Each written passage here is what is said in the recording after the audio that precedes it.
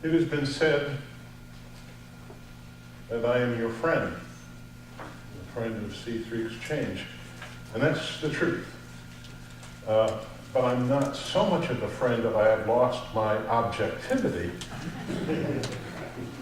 So keep that in mind when I say that I think this is a banner day for you, poised as you are on the edge of a new era in what is really an amazing life, far different from the life I found, I think, 10 years ago. All change is not for the worse, by the way. And I've told you more than once that the kind of experimental community that you are,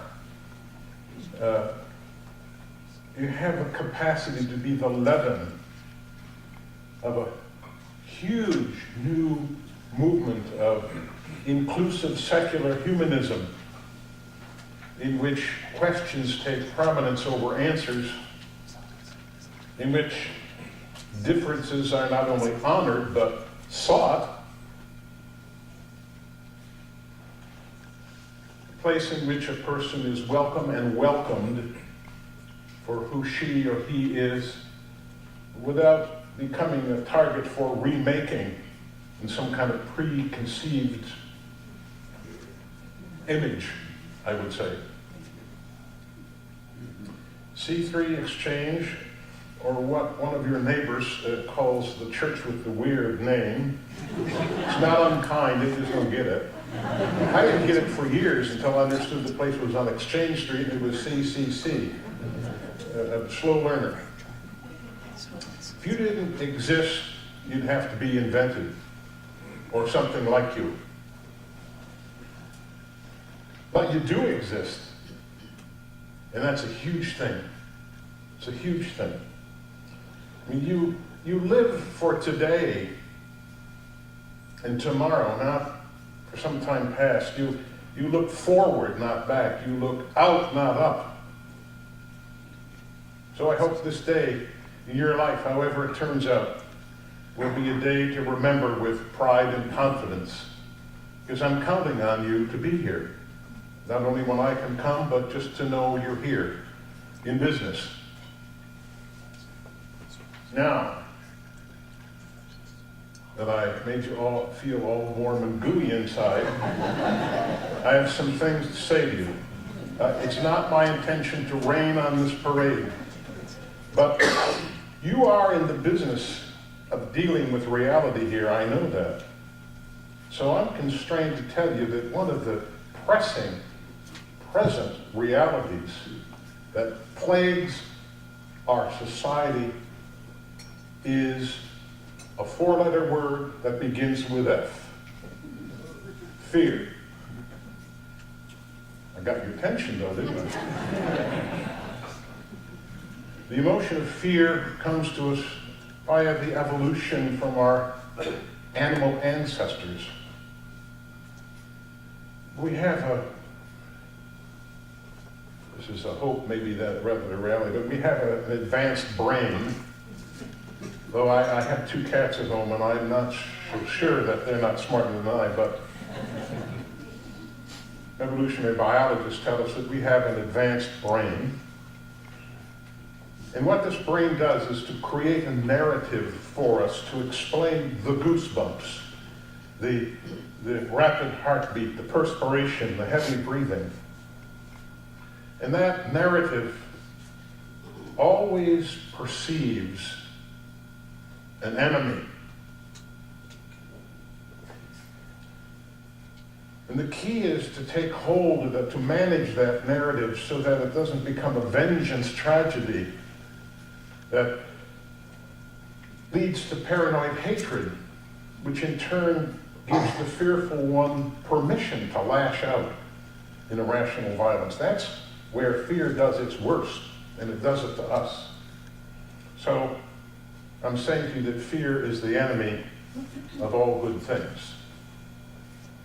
Now that said, there is nothing like a presidential campaign to engender fear in the strongest of hearts. And there's a reason for that. Many politicians panting for the attention of voters run on the promise to go to war. We hear it. We're hearing it this past week. To slay the dragons of taxation, of foreign threats, domestic threats, of the traitorous politicians on the other side. The patron saint of all this is the late Joe McCarthy, after whom an era was named. And that era with its bad behavior keeps coming back again and again, as if the Honorable Mr. Welch had not shut down Senator McCarthy with these few terse and memorable words. He said, "Have you no sense of decency, sir? At long last, have you left no sense of decency?" Well, that kind of put a stake through the heart of that kind of thing that day, but civil fears of enemies under every bed did not die that day. That was 1954. 15 years before that, fear, perhaps politically motivated, drove the security apparatus reporting to President Franklin Delano Roosevelt that he would be better off to intern and imprison Japanese Americans, who were, in fact, citizens, and some born in this country. I'll tell you who one of them was. He was the founding priest of the parish I served much later after he did. I served for twice the time, but they loved him twice as much. Nobody could be afraid of Father Paul Estiano. Well, there's always somebody to fear, something. Next, we sort of dealt with the Japanese. I mean, who should rise up but African Americans? They were to fear because they saw equality and wanted their human dignity respected in ways that it had never been since their ancestors came over on the slave ships. And then guess who? Women. Uppity women. Who wanted liberation from the stereotypical roles in which they had been entrapped. And you know what else they wanted? Such unreasonable creatures as they are. Reproductive rights. Can you imagine that? We talked about that in the little cabal that goes on down the hall here before you. Men are afraid of that. And are the children present? Have they all gone out? One person said they're precious sperm. I agree with that. Then came the Vietnamese. You know what they wanted to do? They wanted to run their own country as they saw fit. And that desire, the military might of America with all its megatons worth of bombs could not beat down. And all that was about the F word, fear. Fear of change, fear of the unknown. That wasn't enough. Then, out of almost nowhere, oozed the National Rifle Association with its not-so-subtle campaign to arm us to the teeth. The argument was that you never knew when the other person was going to have a gun, so you probably want to have one too, right? The gun manufacturing business got a lot of free advertising out of that. But it left in its wake, and is leaving in its wake, dead people in movie theaters, high schools, elementary schools, Planned Parenthood clinics, and God help us, in churches. I said to the 9 o'clock group that I'm almost hopeless. After San Bernardino, I don't know what to do. I'm too old and too sick to take to the streets with placards, but somebody's going to have to do it. And the engine of all that is fear. Now, I realize that the Christian scriptures do not enjoy great popularity here at C3 Exchange, though we all, most of this, if you take the Hebrew scripture and Christian stuff together, it's in our genes somewhere. So if you don't like it quoted, now's the time to put your hands over your ears. Only for about 30 seconds. I'm going to quote to you from the first epistle of St. John, whoever he was, chapter 4, verse 18. Now in the Baptist church, you'd be going like that in your Bible to follow me. This is what this person wrote. There is no fear in love, but perfect love casts out fear. Now, what did such an assertion ever mean? Well, as it happens, that was one of the passages I was required to translate cold in the first year of Greek studies in the seminary. The word is phobos, hence whence our word phobia, fear.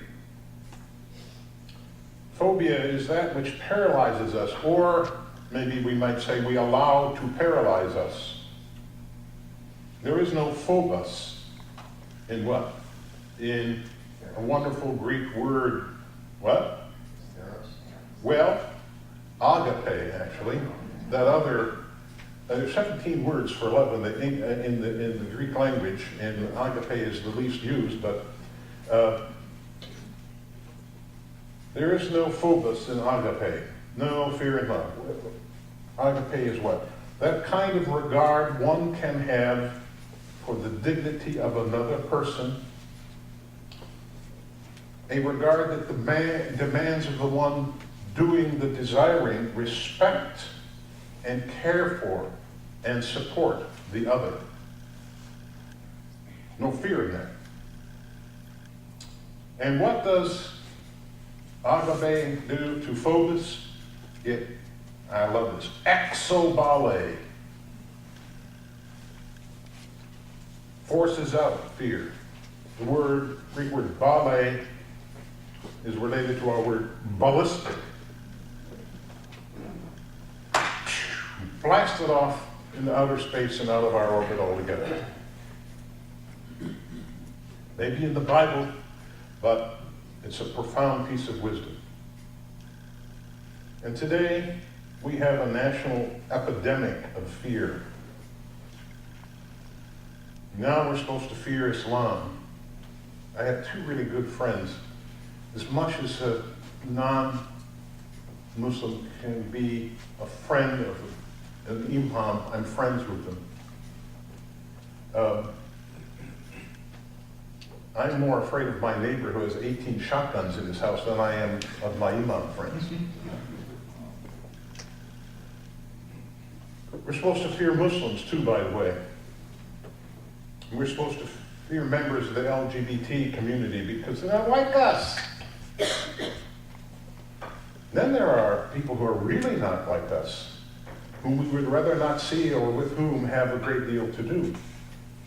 Some of them are called immigrants. Now, of the 298 people currently running for president, all but 3 or 4 play the immigration card over and over and over every day. I don't think they believe much of anything, much less that, but they think that's what you want to hear. Do you want to hear that? Do you want to hear that? I should think not. You're certainly not beset by fear that some people who don't look like you or speak like you are going to get off the freeway, come down 104, and show up and take your city away. And then what would you have to do, as the politicians say? Take it back. Take back our city. Take back our country. Now, presidential hopefuls, one of whom may end up in the White House in 2017, are saying that the nation is at war. Well, it is. You know who the belligerents are? The belligerents are members of a political party that's lost its mind. They have. Bomb here, bomb there, buy guns, put barbed wire around the continent. I didn't notice until about 2 minutes before I stepped up here that we're actually going to say these words at the end, but I was going to ask you, and I will ask you, where is there a leader who will say, we have nothing to fear but yourself? This makes me tired. It really does. White folk who first came to this shore, these shores, 17th century into the 18th century, who were, by the way, what? Thank you. They were afraid. They were afraid. They feared the ones that they mistakenly called Indians, who, of course, had been long-time residents. And the Indians were feared so much that they were driven further and further west and finally locked up in reservations and left to rot. And they buried their hearts at Wounded Knee, is what they did. Now, that was a people who revered the land on which they lived, who thought of nature's phenomena as deities, very present in their lives. And they moved, I'm stealing now a sentence basically from Willa Cather, but the Native Americans knew how to move through their surroundings like a fish through the water, as a bird through the air, leaving behind no sign of their presence, no detritus of any kind. Tell me what was to fear about that. And I have often thought, had it not been for the needless fear of Native Americans, white European immigrants might have picked up on what you can only call a really careful ecology. And maybe the Dust Bowl and today's terrible droughts might have been avoided or at least mitigated. And for one thing, we'd have a lot fewer casinos messing up the landscape. They have to live some way after what we did. So fear is a terrible nuisance at the least. It's our enemy at the worst. In a discussion period after one of my recent public lectures, I did not give it this title because I don't talk this way, but the title was Wither Religion in America. I never say wither. Anyway, that's what that Wither Religion in America. I gave a pretty good lecture despite its title. And at the end, a hand went up in the audience. A man stood to pose this question. He said, just what do you think institutionalized religion actually contributes or could contribute to the value of society?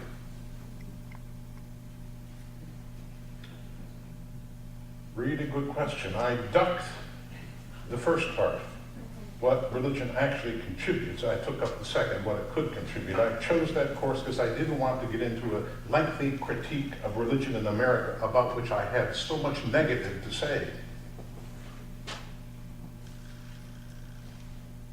And I suspect you do too, or you'd be in one of the other houses of worship around here today, or home with the New York Times. But I was anxious to say what I thought could contribute to society. And with this talk in mind, this is approximately what I said. I'm afraid to take off my glasses for fear this contraption will fall off, so. This is kind of what I said. I said a church or any intentional community that has at the root of its values the dignity of every human being, as well as an outlook that seeks good, seeks peace, seeks common sense, seeks strategies to care for the environment, seeks to be useful to its demographic surroundings, that any such community has got the chops, is my jazz trombonist brother-in-law says, got the chops. Secure in its identity, knows what it is as a community, knows what it can do, can be. And I said, that kind of community can face fear and help other people face it when it rears its ugly head, as it is so much doing now. Well, guess what? You are just such a people as I described in the answer to the man's question. You are that. I mean, I don't drive over here for my health, you know. I drive over here to get my occasional dose of hope, which you always give me. The C3 exchange I have come to know over all your transitions, as Margaret said, now I think at least 10 years, is bound by no dogma. Not many outfits like this can say that. Or if I catch you being bound by a dogma, I will take you out of my will. How's that?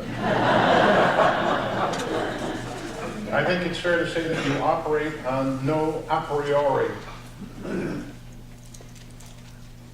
assertions.